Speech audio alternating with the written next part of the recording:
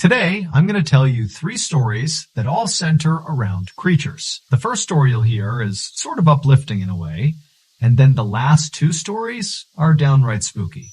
But before we get into those stories, if you're a fan of the strange, dark, and mysterious delivered in story format, then you've come to the right place because that's all we do, and we upload once a week. So if that's of interest to you, please hit the like button like it owes you money, but not too hard because we need it for next week's episode. Also, please subscribe to our channel and turn on all notifications so you don't miss any of our weekly uploads. Okay, let's get into today's stories.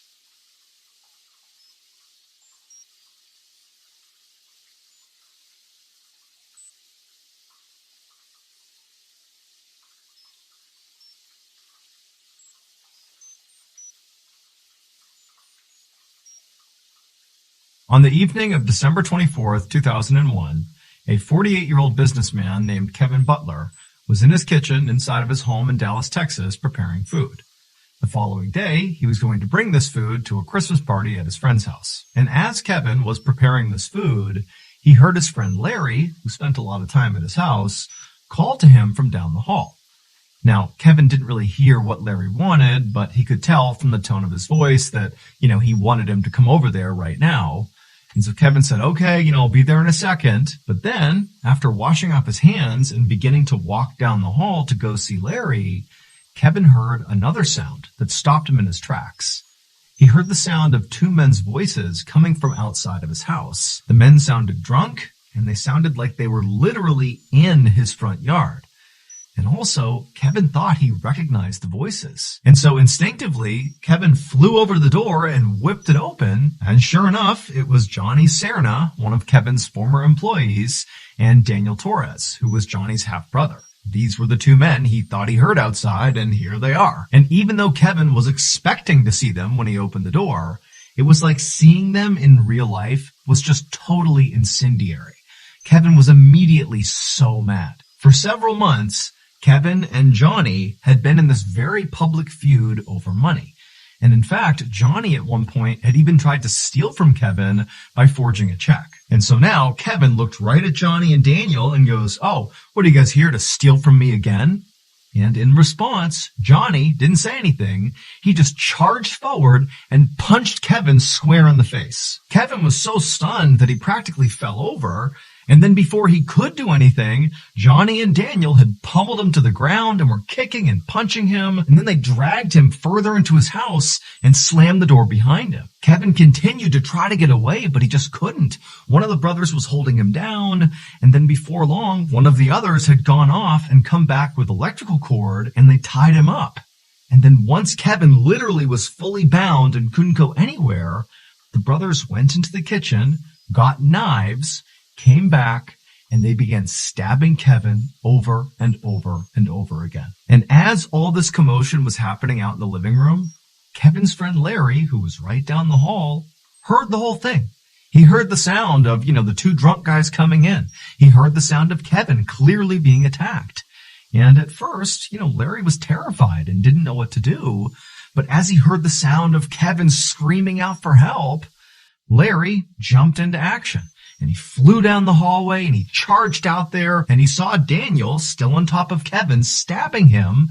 And Larry just went right after Daniel. Now, Larry was unarmed and really didn't stand much of a chance to begin with, but he did whatever he could to try to get Daniel off. He began biting and scratching him and doing whatever he could, but it wasn't enough. And eventually, Daniel overpowered Larry, and then before long, Johnny and Daniel were not just stabbing Kevin, but were also stabbing Larry. And so in the end, both Kevin and Larry, the 2 friends, were stabbed to death. And then after they were dead, Johnny and Daniel fled the scene. But what the 2 half-brothers didn't know was that even though they had just killed Larry, Larry had actually just made sure those 2 brothers would get caught. Because when Larry tried to fight Daniel off, he had literally bit Daniel and gotten Daniel's blood on his mouth. And ultimately, when the police showed up, they took the blood from Larry's mouth, and that was DNA evidence, and it led them right to Daniel. And so Daniel and Johnny were soon arrested and charged with murder. However, they were only charged with one murder. And that's because during the attack, when Larry flew down the hall to try to protect Kevin, well, he literally flew. Because Larry was not a person. Larry was Kevin's pet Cockatoo, and he was named after Larry Bird. Kevin had adopted Larry 2 years earlier, and the two had become like best friends. And so when Larry heard his best friend Kevin being attacked, he flew in to try to help. And he wound up clawing and pecking at Daniel's head, ultimately getting Daniel's blood on his beak, which led to their arrest. Daniel Torres and Johnny Cerna were both ultimately convicted of murder and sentenced to life in prison. What if I told you there was a boundless vault full of 1,000,000 secrets, buried mysteries, and life-changing adventures just waiting to be explored? A place where stories lie in wait just a tap away. Well, that place is Audible. Imagine you're stuck in rush hour traffic, just staring at the sea of red taillights all in front of you, just wishing you could be home right now, but you can't because you're stuck here. Except you're not really stuck here. Instead, you've been, transported to this incredible world because you're in the middle of an Audible thriller. And then before you know it, suddenly you're in your driveway, you've forgotten about the traffic, and you're just consumed by the story you're listening to the point where you don't want to get out. You don't want to go home because you're so engrossed. That's the Audible effect.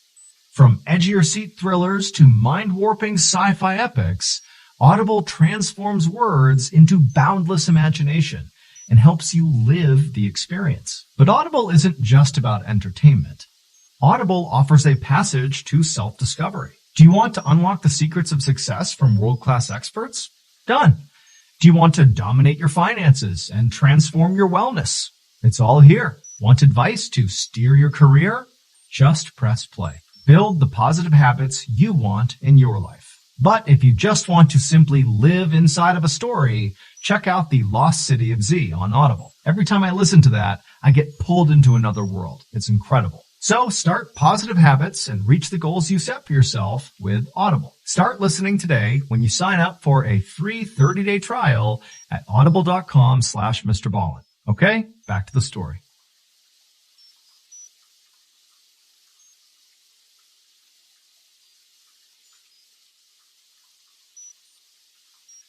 At 6:30 p.m. on July 29th, 2023, a 15-year-old girl named Talia Davila Diaz stood right outside her back door of her house, staring out at the thick, dense, shadowy rainforest that was her backyard. Talia lived in a tiny, isolated village in Peru that was literally in the middle of the Amazon rainforest.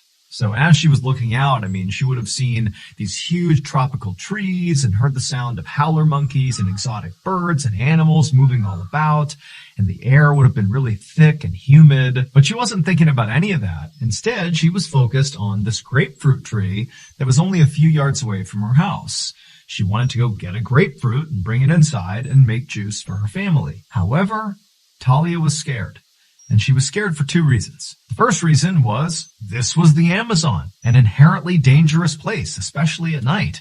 There were loads of predators out there, like snakes and jaguars.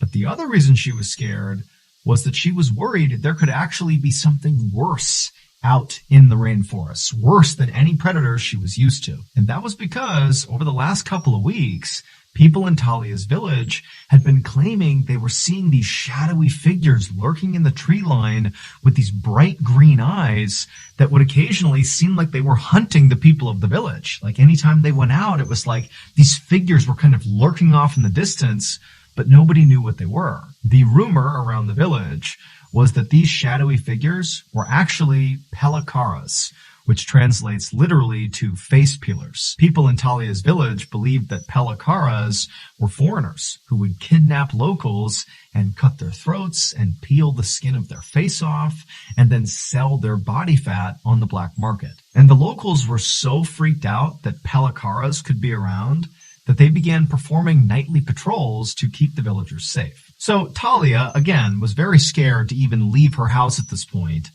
But she was also trying to be reasonable. She'd gone out and gotten a grapefruit many times in the past. This was not some new behavior. So she's looking out and she sees the grapefruit tree and she knows there's a nightly patrol out right now. And I only have to go a few yards and get the fruit and get right back in the house. Like, how big of a deal could this possibly be? And so after taking one more look around and not seeing anybody or hearing anything that was out of place, she took a breath and then rushed out to the tree. She grabbed a grapefruit, and as she was turning around, she froze, because her worst nightmare had just been realized. Now, standing between her and her back door were these two hulking dark figures. And one of them was like so tall, it was practically the size of a tree. And they both had these piercing, glowing green eyes. And they were looking right at Talia. And Talia was so instantaneously petrified that all she could do was just stand there and stare back into their green eyes. And as she did, she began to notice that their faces were grotesquely elongated, almost like they had masks on. And then before Talia could do anything, the really tall one began sort of gliding towards her. Not stepping towards her, but literally almost hovering off the ground towards Talia. And then suddenly, Talia was being grabbed and thrown to the ground. And the instant Talia hit the ground, these two figures descended on her and pinned her there. And then one of them reached down and pressed their hand over her mouth and her nose, and she couldn't breathe. And then she sees the other one is holding what looked like a box cutter or a knife, and they put it right up to her neck.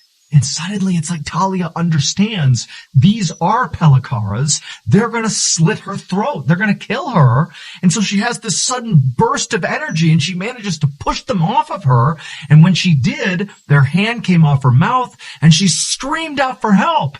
And she heard somewhere in the village voices yelling back to her. And then she heard footsteps and she knew it was the night patrol coming to save her. And so at this point, the figures released Talia and she scrambled to her feet and immediately ran towards her house right as the night patrol came bounding into her yard. And one of the men had a gun and he raised it and began shooting in the direction of the figures. And Talia, she's totally panicked and she turns around and she looks at her attackers and she's expecting them to, be fleeing into the rainforest. But instead, these dark figures, they were like levitating in the sky and they were looking down at Talia and the night patrol with their glowing green eyes as they literally began to levitate into the sky. And the whole time, the night patrol is firing repeatedly at these things and they just drifted off into the night and disappeared. Talia ultimately would not suffer any physical injuries from this encounter, but mentally, she was a wreck. And frankly, so was the rest of the people in her village, especially those who were on the night patrol and with Talia witnessed these figures with green eyes flying away into the sky.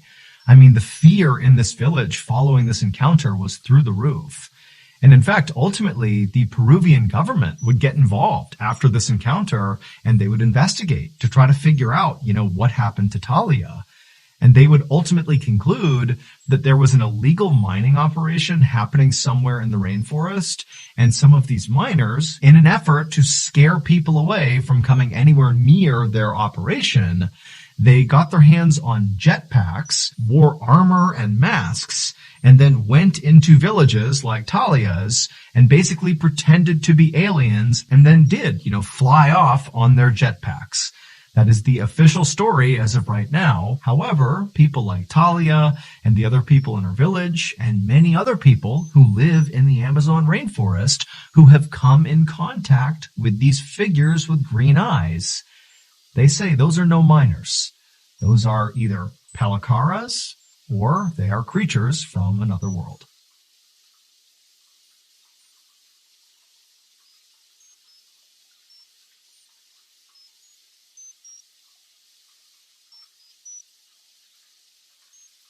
On the afternoon of May 21st, 1974, a 39-year-old man named Pilar Gomez walked through a forest in Argentina.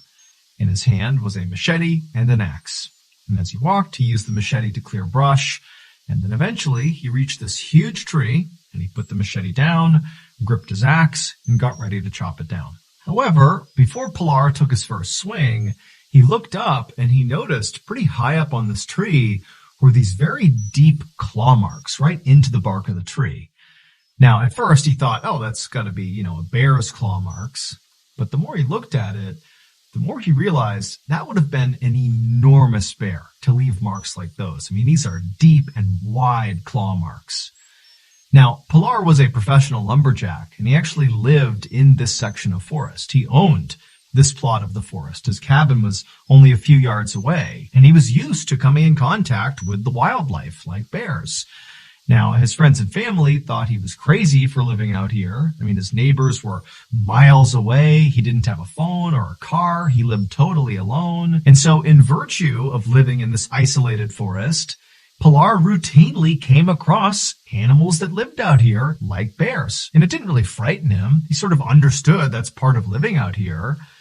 But he knew his friends and family thought he was totally crazy for living out here. And not just because it was so isolated, not just because he didn't have a car or a phone and was totally alone basically 24/7, but because, according to local legend, this particular forest was effectively haunted.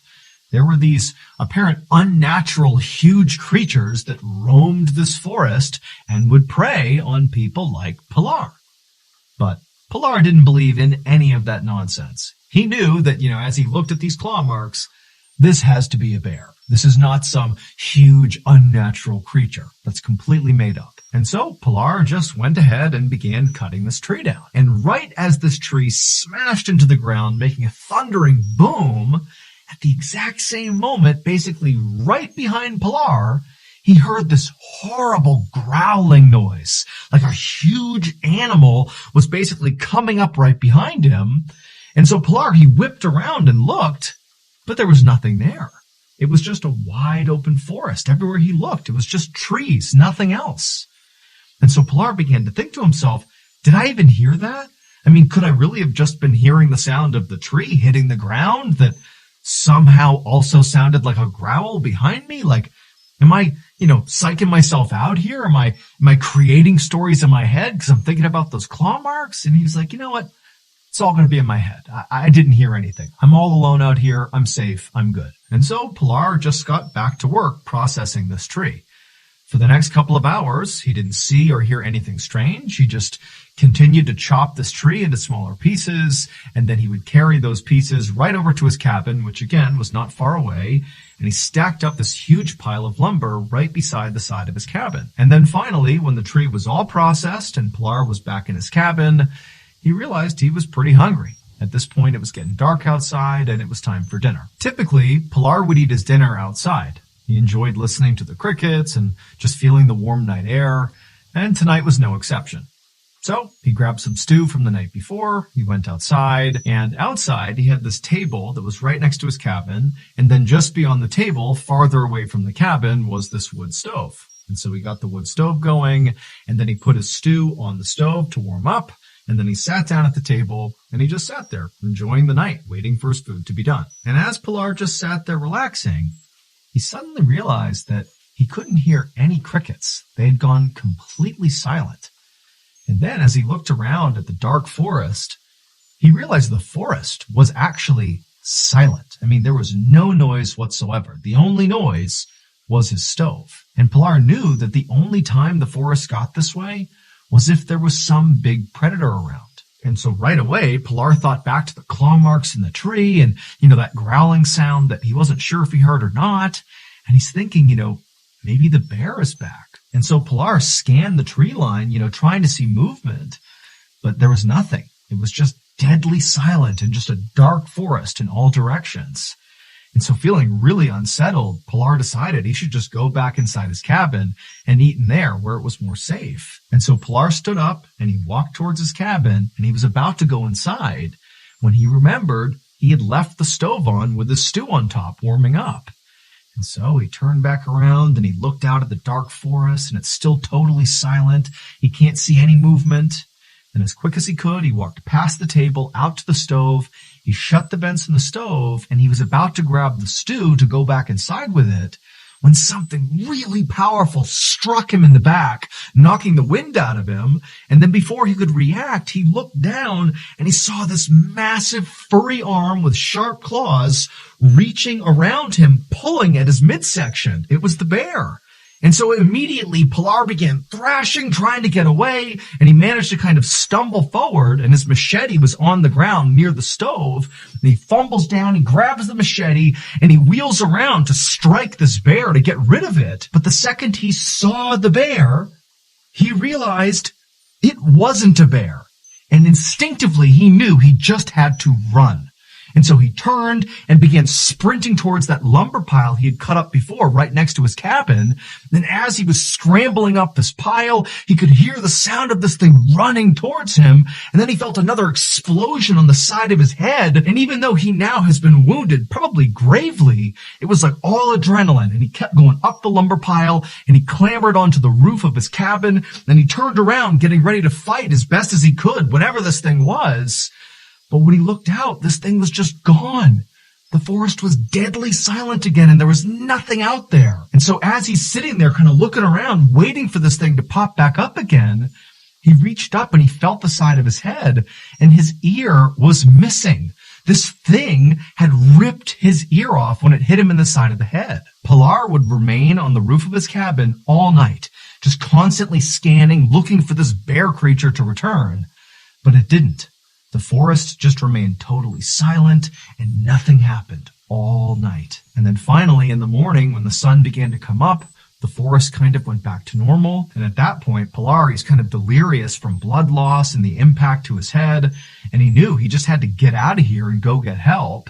And so he climbed off the roof and then he ran about a mile to the nearest building, which was this woodworking shop. And when he got there, there were a couple of people there. And when they saw the state Pilar was in, they didn't need to be told that he needed to go to the hospital. They just instinctively put him in the car and drove him there. After Pilar was stabilized and his wound was treated and he was sort of in recovery at the hospital, the police showed up to interview him to see what happened. And Pilar would tell them the story about how, the day before he had seen those claw marks in the tree, and then he had heard that loud growling sound behind him, or so he thought.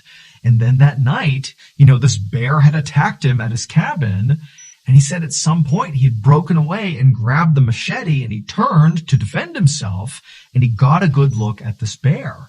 And it was at least 6 feet tall. It was covered in black hair, had sharp claws. It was every bit a bear except its face.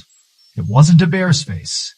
It was a human face. Now, to this point, as Pilar was telling his story, one of the police officers was taking notes. Everything Pilar said, he was writing it down. But when Pilar began talking about the bear with the human face, the officer just stopped taking notes. And the officer said, that can't be true. There aren't any bears with human faces. But Pilar, he's like a rugged lumberjack who lives in the forest by himself. And he's telling these officers, I know how crazy this sounds. I know it's not realistic, but I'm telling you what I saw is this bear with a human face. That's what I saw. But the officer just 100% did not believe him. And ultimately, this went down as simply a bear attack. And that was it. The case was closed. However, despite what the police said, since the attack on Pilar, there have been at least 30 people who have come forward to say they either saw firsthand or were attacked by this bear-like creature with a human face in that forest in Argentina. Sightings are so common that locals even came up with a name for this creature. They call it the Ukamar. And to this day, nobody has any idea who or what it is.